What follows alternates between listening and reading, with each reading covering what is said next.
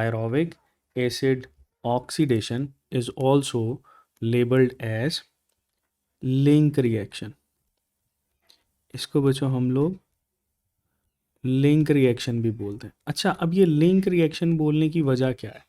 आप लोग ये देखो कि हमारे पास ये दो साइड्स के ऊपर जो है ना काम कर रहा है।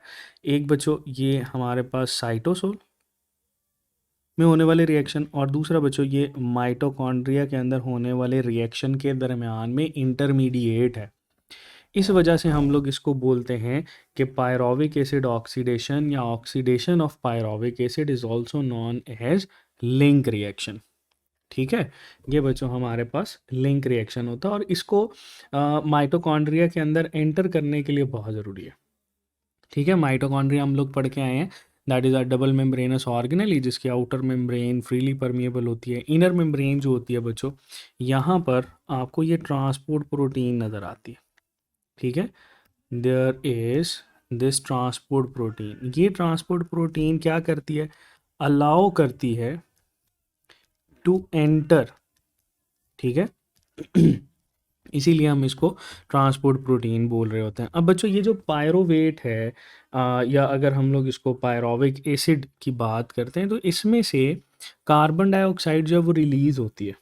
ठीक है, मतलब अगर बच्चे मैं इस रिएक्शन को कुछ यूँ लिखूँ, इसी ऊपर वाला रिएक्शन जो है इसको हम मेंशन करें तो that would be just like this. ये देखो हमारे पास ये CH3, इसको H3C। ठीक है, ये बच्चों C double bond O and then C double bond O और ये OH होता है।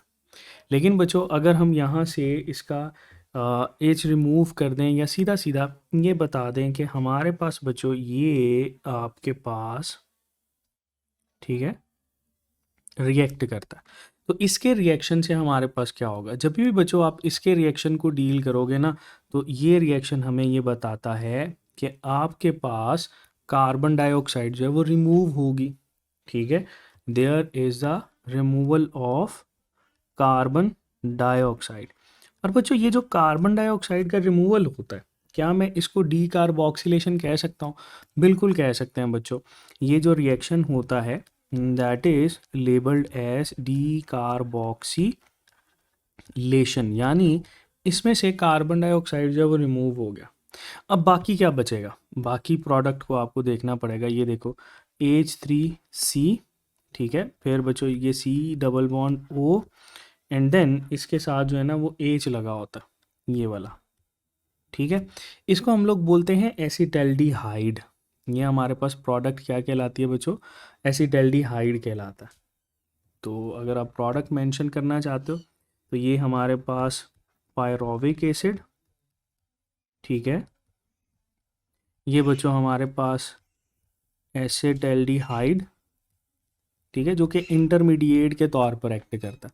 अब क्या होगा? ये जो एसिटल्डिहाइड है इसका ये जो प्रोटॉन मैंने हाईलाइट किया है ना, दैट इज़ समथिंग जो कि आपके पास बच्चों रिमूव होता है। ठीक है, बहुत सारे बच्चे यहाँ पर कंफ्यूज होते हैं, ख़ास तौर पे ये PTB के बच्चे, क्योंकि वहाँ पे इस रिएक्शन को इतना ज़्यादा इलेबोरेट नहीं किया जाता। ये जो बच्चों प्रोटॉन है इनका दैट गेट्स मूव्ड, और इसकी मूवमेंट से क्या होगा बच्चों?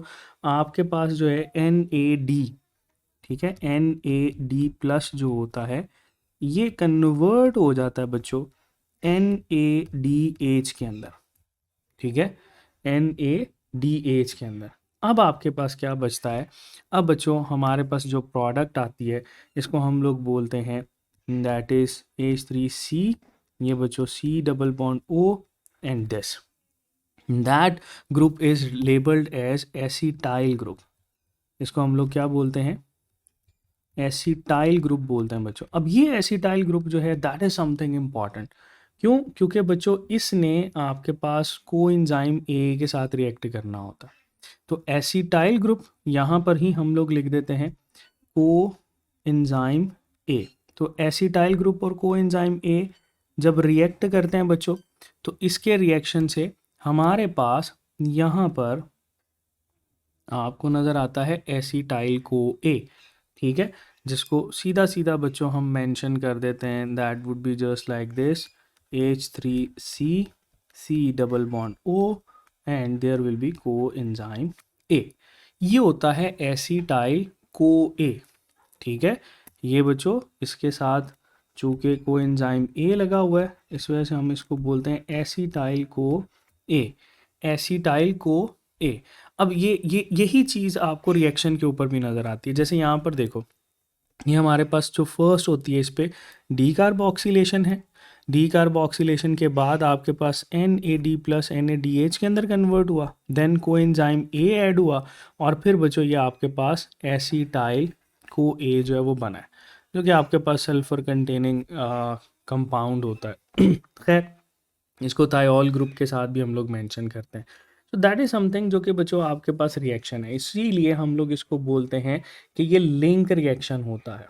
ठीक है, किसका लिंक रिएक्शन है? ये एरोबिक रेस्पिरेशन के बच्चों पाथवेज को ऐड करता है, और अगर ये नहीं होगा तो आपके पास कभी भी क्रेब्स साइकिल के अंदर जो है वो चीज़ें ऐड नहीं होंगी, कभी भी एनर्जी हार्वेस्ट नहीं कर सकेंगे।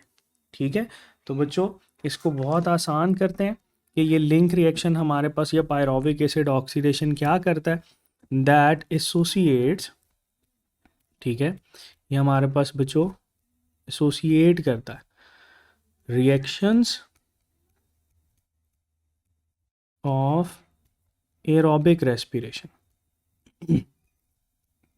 ठीक है, एरोबिक रेस्पिरेशन के रिएक्शंस को बच्चों ये हमारे पास एसोसिएट कर रहा होता। चलो अच्छा, जैसे ये डी कार्बोक्सिलेशन मैंने बताया ना, इसी तरह से आपके पास ये जो NADH बनता है, यहाँ पर भी पूछा जाता है, इसको क्या बोलते हैं? दैट इज़ बच्चों डीहाइड्रोजिनेशन। ये जो आपके पास रिएक्शन होता है ना, इसको डीहाइड्रोजिनेशन भी बोलते हैं। डीहाइड्रोजिनेशन, ये बच्चों हमारे पास डीहाइड्रोजिनेशन, या इसी रिएक्शन को हम लोग ऑक्सीडेशन भी कहते हैं। ठीक है, that is also labelled as oxidation. ठीक है, बहुत आसान सा है। अच्छा जी, एक बच्चा पूछ रहा है what is the role of cytosol and mitochondria in this. अच्छा, cytosol is a separate medium बेटे, और mitochondria is a separate medium. ठीक है, इन दोनों के दरमियान ये बैरियर है, ये जो हमारे पास ये शो कर रहे हैं ना, इसको बोलते हैं माइटोकॉन्ड्रियल मेम्ब्रेन्स। अब क्रेब साइकिल चल रहा होता है हमारे पास माइटोकॉन्ड्रिया के अंदर। ठीक है, और साइटोसोल के अंदर जो ग्लाइकोलिसिस थी, उसकी प्रोडक्ट हमारे पास आ गई पायरोवेट। ठीक है, तो यहाँ पर ये देखो ना, जब भी आपके पास पूछा जाए प्रोडक्ट ऑफ ग्लाइकोलिसिस क्या होती है, तो प्रोडक्ट ऑफ ग्लाइकोलिसिस बच्चों हम लोग इसको मेंशन करते हैं, दैट इज पायरोवेट या पायरोविक एसिड बोलते हैं। एक ग्लूकोज से 2 पायरोविक एसिड के मॉलिक्यूल बनते हैं, और यहाँ पर हमने सिर्फ एक का डिस्कस किया है। ये आपके पास एंटर होगा माइटोकॉन्ड्रिया के अंदर, तभी क्रेब साइकिल चलेगा।